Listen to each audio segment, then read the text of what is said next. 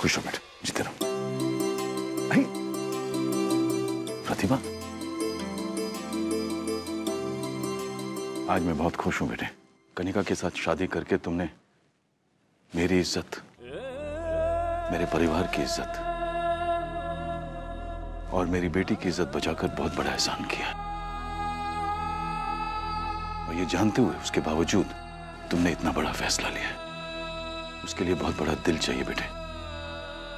आज मैं कह सकता हूं कि मुझे बहुत गर्व है मेरे दामाद पर।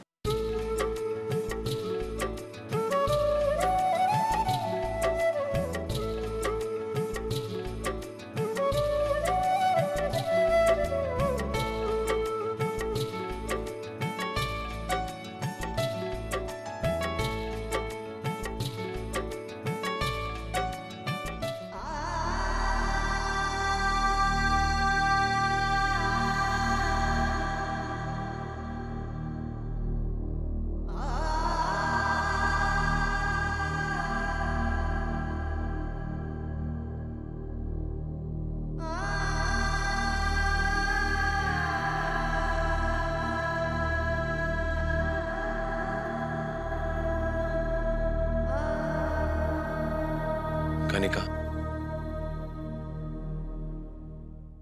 आज तुम्हें प्रकाश जैसे नेक इंसान के साथ देखकर मेरे मन का बोझ हल्का हो गया। मैं बहुत खुश हूं तुम्हारे लिए। अरे करण, लेकिन ये सब हुआ कैसे?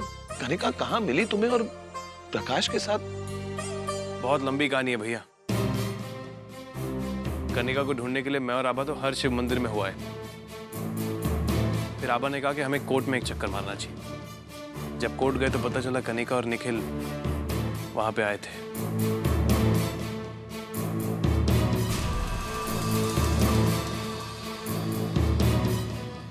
आप सबका भरोसा तोड़कर और निखिल पर विश्वास कर मैं गई तो थी कोर्ट उसके साथ, लेकिन ठीक है, मैं तुमसे बाद में बात करता हूँ।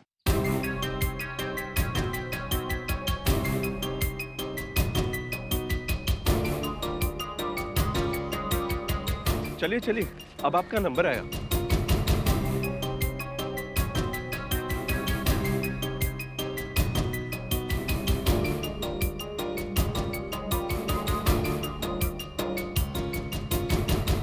चलो ना, चलो, हमारा नंबर आ गया है। नहीं कनिका, हम नहीं चल सकते। नहीं चल सकते? मगर क्यों? कनिका, तुम तो जानती हो कि तुम्हारे भाई करण और तुम्हारी भाभी आभा को मेरे घर वालों के बारे में पता चल चुका था, और अब उन्होंने मेरे घर वालों को धमकी दी है कि अगर मैंने तुमसे शादी की तो क्या निखिल?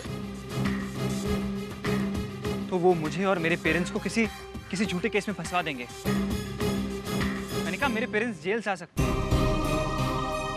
हमारे घर वाले बहुत बड़े लोग हैं, तुम्हारे पापा बहुत ही बड़े वकील हैं। मैं उनसे अकेले नहीं लड़ सकता। जानता था कि हमारे रिश्ते में ऐसे हालात आ सकते हैं। सोचा था कि तुम कुछ पैसे या गहने घर से लेकर आओगी तो कुछ हो सकता है, पर तुम तो खाली हाथ आ गई। कनिका, बिना पैसे के मैं मजबूर हूं, कमजोर हूं मैं। अब कुछ नहीं हो सकता। ये शादी नहीं हो सकती, ये शादी नहीं हो सकती, ये शादी नहीं हो सकती।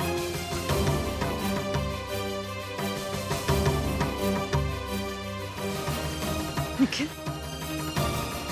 तुम मजाक कर रहे हो ना? बोलो, तुम मजाक कर रहे हो ना? बोलो।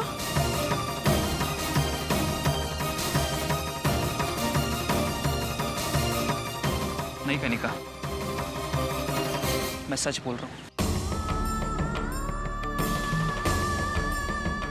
मुझे छोड़ के मत जाओ निखिल, मैं कहाँ जाऊंगी? कनिका, मैं क्या कह सकता हूँ कि तुम कहाँ जाओगे? मेरी तरफ से तुम आजाद हो। वापस नहीं जा सकती निखिल। Kanika, it's over. मुझे छोड़ के मत जाओ निखिल।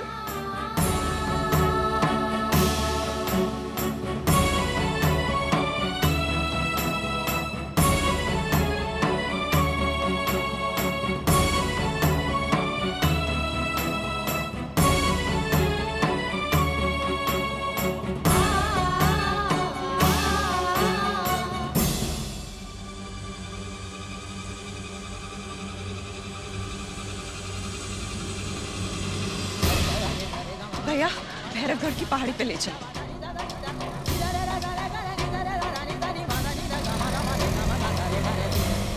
मैं जानता था बेटे, वो तुमसे नहीं तुम्हारे पैसों से प्यार था उसे।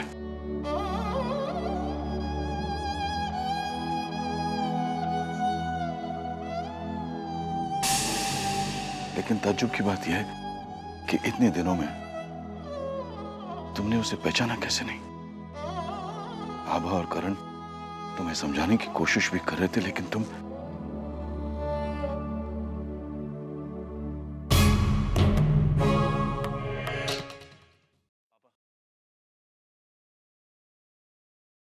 जो होता है अच्छे के लिए होता है।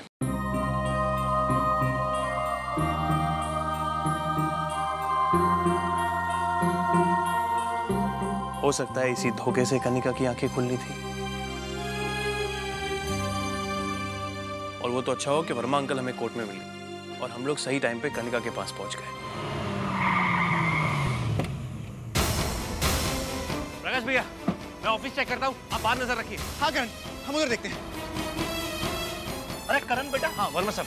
अरे बेटा सुनो, तुम कनिका को ढूंढ रहे हो क्या? आपने देखा उसे? हाँ बेटा, बेटा मैंने उसे अभी अभी भैरवगढ़ की पहाड़ी की ओर जाते हुए देखा था ऑटो रिक्शा में। बहुत परेशान सी लग रही थी। मैंने ऑफिस में जाके चेक किया तो पता चला उसके नाम से एक मैरिज एप्लीकेशन थी।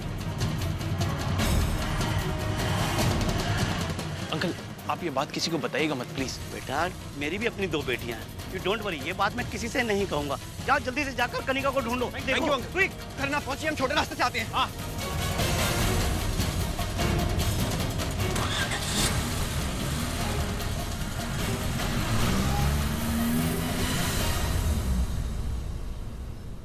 कनिका, बिना पैसे के मैं मजबूर हूँ, कमजोर हूँ मैं। ये शादी नहीं हो सकती, नहीं हो सकती। मेरी तरफ से तुम आजाद। जहाँ जाना है जाओ, जो करना है करो, लेकिन अब कुछ नहीं हो सकता। कैसे इंसान पर इतना विश्वास किया मैंने? कितनी बड़ी गलती कर दी है मैंने। अब इस गलती की सिर्फ यही एक सजा है।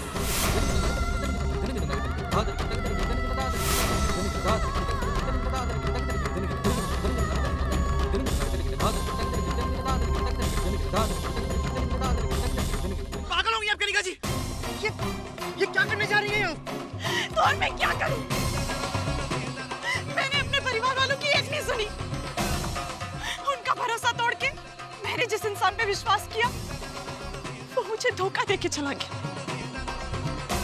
अब मैं कहाँ जाऊं? किसके पास जाऊं? पापा मुझे कभी नहीं अपनाएंगे। अपनी जान लेने से कोई परेशानी खत्म नहीं हो जाती है। और आपने ऐसा करने से पहले एक बार भी अपने परिवार के बारे में नहीं सोचा? क्या बीतेगी आपके पापा के दिल के ऊपर?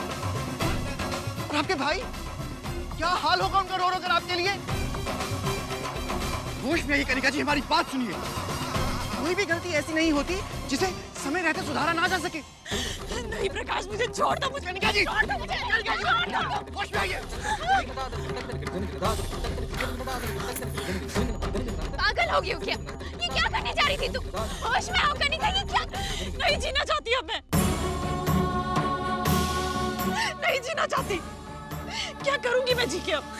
नहीं कनिका, क्या मुंह लेके जाऊंगी पापा के सामने?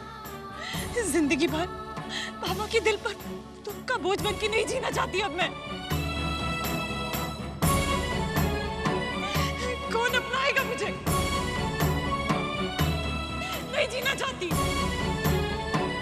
कौन अपनाएगा? कनिका शांत हो जाओ। हम जानते हैं कनिका, हम जानते हैं तुमने बहुत बड़ी गलती की है, पर हम ये भी जानते हैं कि तुमने अपनी मर्यादा को पार नहीं किया। और अगर शादी ही सारी परेशानियों का हल है तो हम करेंगे कनिका से शादी, हम करेंगे कनिका से शादी।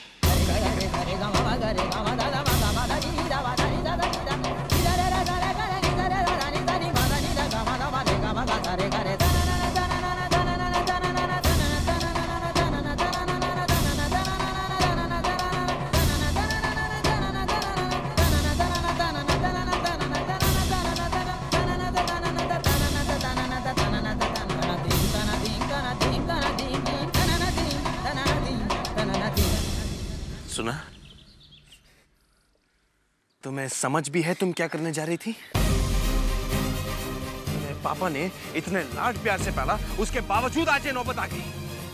एक मिनट आबा, ये आदमी, ये तुम्हारी हर नादानी से वाकिफ है और उसके बावजूद तुमसे शादी करने को तैयार हो गए। एंड यू,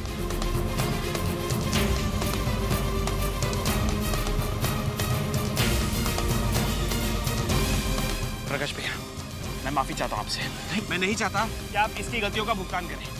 मैं नहीं चाहता कि कोई भी मजबूरी में आकर आप इससे शादी करें। नहीं करण, नहीं।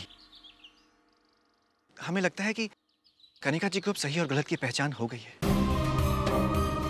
और हमारे माता पिता ने हमें सिखाया है कि अगर हमारे किसी फैसले से किसी की जिंदगी बच सकती है तो वो फैसला गलत नहीं हो सकता। हाँ, अगर कनिका जी हमारे छोटे से घर में एक अच्छी बहू बनकर रह सकती हैं तो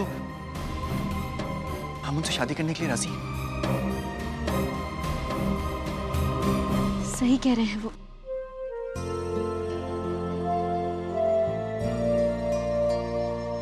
करण, हमें तो भगवान का शुक्र अदा करना चाहिए कि प्रकाश भैया सही वक्त पर आ गए और इतना बड़ा अनर्थ होने से बच गया।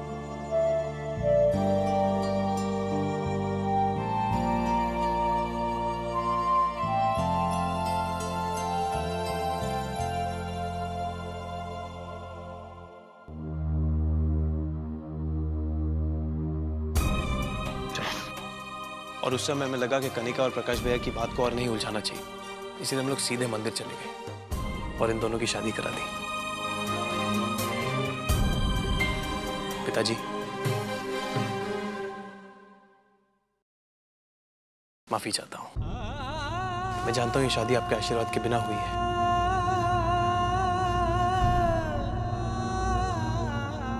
आपका नाराज होना भी जायज है, लेकिन बेटा, तुमने और आभा ने ये फैसला लिया है तो सब ठीक ही होगा।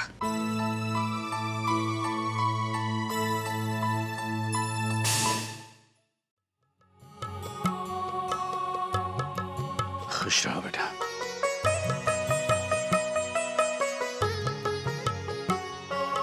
सदा सुहागन रहो।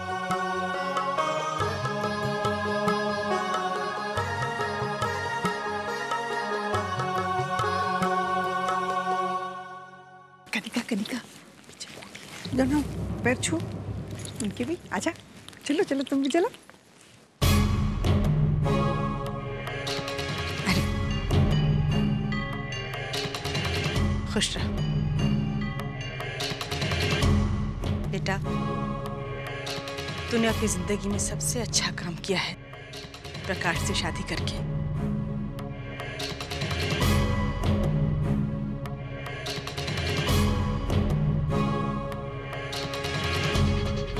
अब अपने ससुराल में जाकर अपने सास ससुर की अच्छी तरह सेवा करना।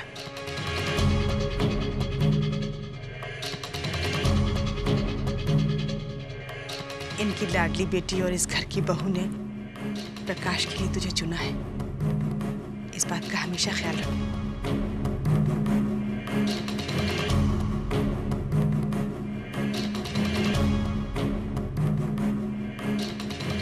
समझी? अब हमें चलना चाहिए। अरे ठाकुर साहब, अपनी बेटी की विदाई हम यूं खाली हाथ तो नहीं करेंगे।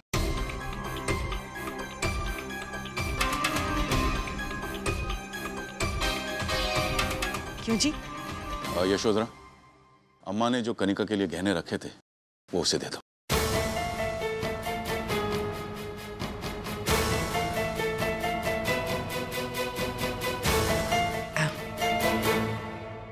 विमल, वो फलों की टोकरी और कुछ मिठाई के डब्बे ले आओ। जा। अभी ला दो। वीर, ना ना ना।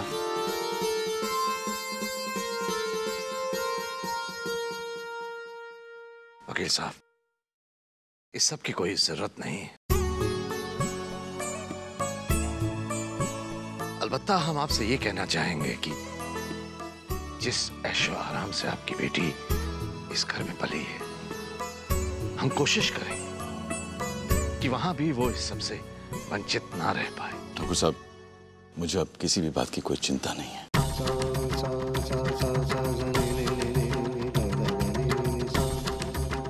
वो आपके घर जा रही है।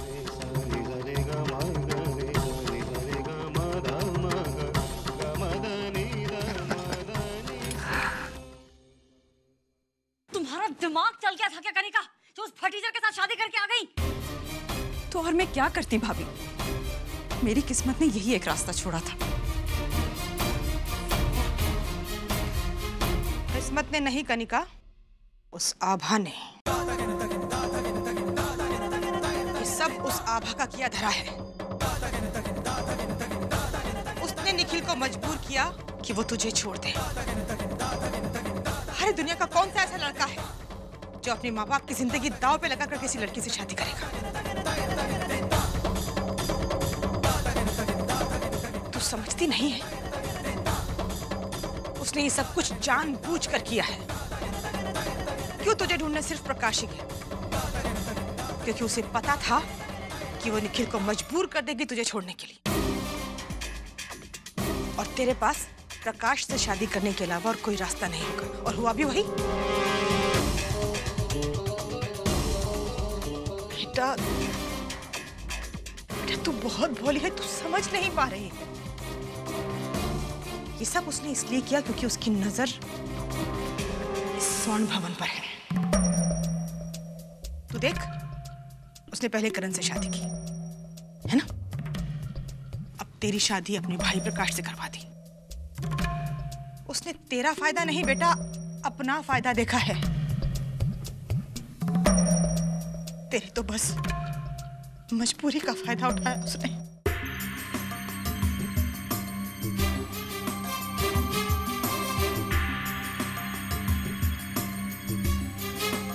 पर तू चिंता मत कर, हम हैं ना। कैसी बातें कर रही हैं आप मौसी जी? अरे उसकी जिंदगी बर्बाद होगी और आप कह रही हैं कि चिंता मत कर। वैसे अब हो भी क्या सकता है, अब तो इसको उस झोपड़ी में जाकर रहना ही पड़ेगा और दिन रात नौकरों की तरह काम करके एक अच्छी बहू होने का सबूत देना पड़ेगा उन बुढ़े सास ससुर को।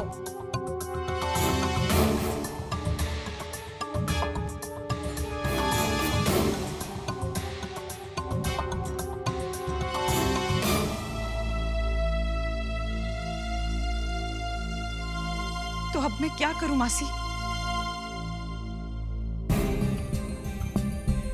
ना बेटा, मेरे रहते तुझे परेशान होने की जरूरत नहीं। तू बस एक बात अपने दिमाग में बैठा ले, तेरी जिंदगी आभा ने बर्बाद की है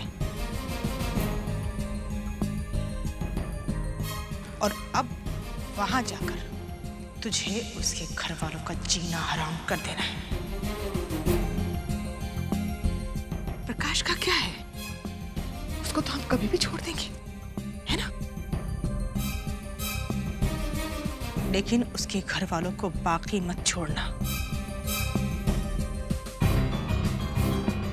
शायद यही एक रास्ता है स्वर्ण भवन में वापस आने का, अदरवाइज पापा तो मुझे कभी नहीं अपनाएंगे।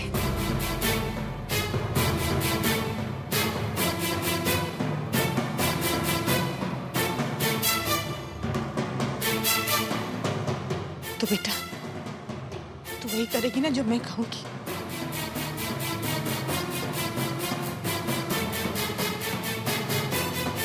रुक।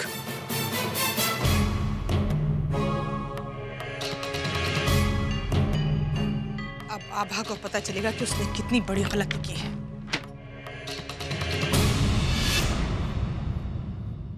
देवराज सेवमान पावनिग्र पंकजं ज्ञालयन्तु सूत्रमिन्दु शेखरं कृपाकरं नारदादि योगि वृन्दवन्दितं दिगम्बरं काशिकापुरादिनाथ कालभैरवं भजे भानुकोटिवासरं